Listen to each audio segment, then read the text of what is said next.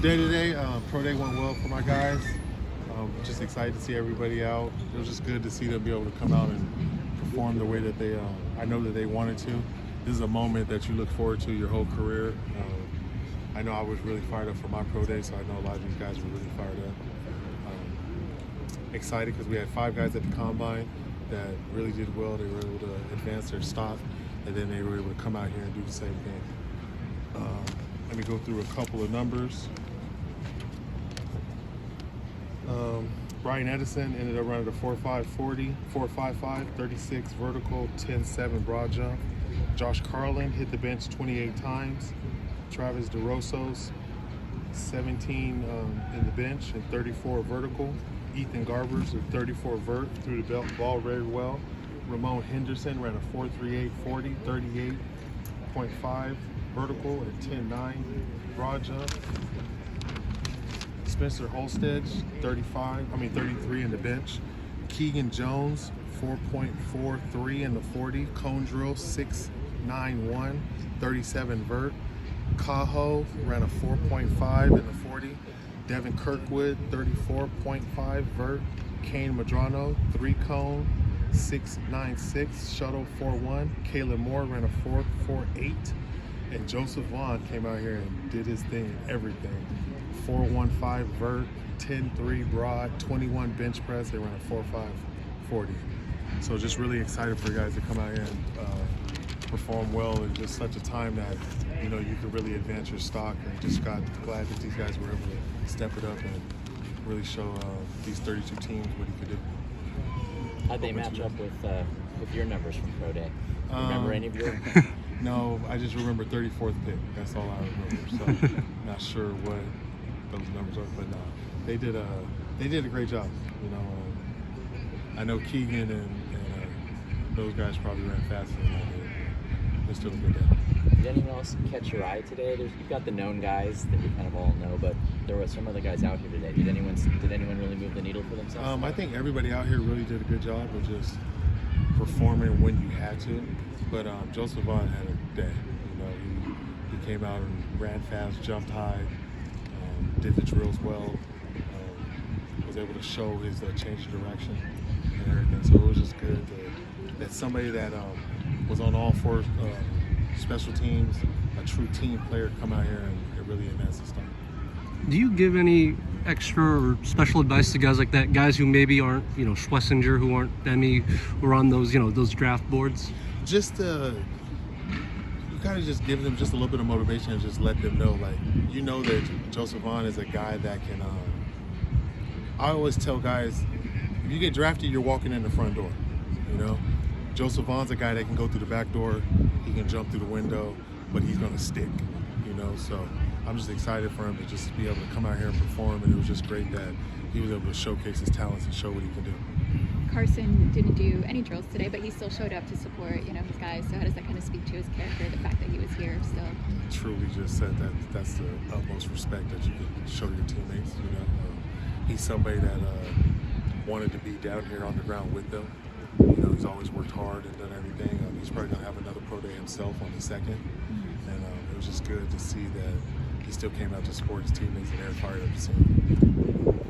Coach, congratulations on your newborn, and any advice on to the players for the day 1, day 2 players to embrace that moment? Any advice? Thank you for the birth of my daughter, but just enjoy the moment. You know, just enjoy this. I always tell, this is going to be the longest season of their life because you finish your last year and you go straight to training, you go straight to training camp, you finish the season, and then you'll get to rest.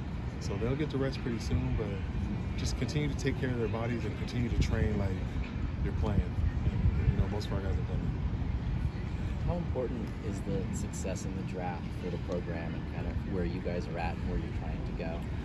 It's really important just because we're about development here. You know, I'm pretty sure, I'm not sure, but I don't think any of those guys were 5 stars. You know what I'm saying? So it's all about development here. We want to get guys here that believe in our program, want to stay and be a part of it, and then develop them to get drafted and continue going. Talking about development, Coach, how important is it to play for a coach like yourself who was a day 1 guy and can translate that development into their game? It's huge. It's just I kind of have a blueprint of what it takes to make it, and kind of just the expectations.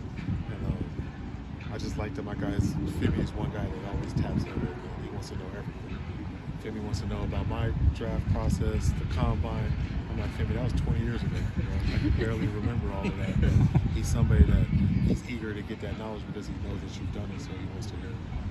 Femi was bringing the energy today as always. How have you seen him kind of like ramp up that energy and effort he always did here? Femi it's just who he is. He has a infectious attitude, and he's just always positive. And when you're around positive people, just positive things happen. So he's somebody that stays in his faith, and he's always going to be positive. And he was doing the same thing he's always done. He's always motivating these guys and loving them up. What's the process for you now as you kind of turn the page towards spring, getting ready for the new team? Like, where are you guys at? What do you want to do between now and start spring? We had a great offseason. Winter conditioning went great. So just getting ready for spring ball. We're about to go into break, and then we'll come back and start spring in April. But just the way that these guys approach the offseason, you could tell that they had a little chip on their shoulder, that they had something to prove. And I'm just fired up to see how it looks when we come back to start practicing. And a lot's changed since the last time we spoke to you on signing day. Almost a brand new staff, minus 2 assistants or 3 if you count Scott White. What went into making as many wholesale changes as you guys did? Just what was needed for the program, basically. Just what was needed for the program. I wanted to make sure that I just had the right people in place, so I was just able to do that. And as far as Tino Sinceri in particular, it's been documented the history with his dad, and you knowing him as a youngster. What's that like now, seeing him in a coordinator role, and what do you think his ideas on offense will bring to you guys? It's just really cool because I remember Tino as an 11-year-old, 12-year-old, 13. So I've known him pretty much his whole life. But just to see how far his football knowledge has gone, and just how much he's grown as a quarterback, as a play caller, and I'm just really excited for what he can do here for us. I'm just excited to get it going, get it started. Quasi Titus, and I think Hudson were out here today. So No. Oh, okay. Well, with Quasi and Titus, how do you, did they volunteer for this? What's the process of selecting the guys that Garbs threw to? I think Garbs kind of picked out who he wanted, the 2 that he wanted, and I was just excited that they were fired up to do it for him, So anytime you get more exposure around some scouts, I think guys are excited to do that. But it was just good to see the Titus and Garbs and Quasi and Garbs connection one more time. Thanks, good. Thank you, guys. Thank you. Appreciate it.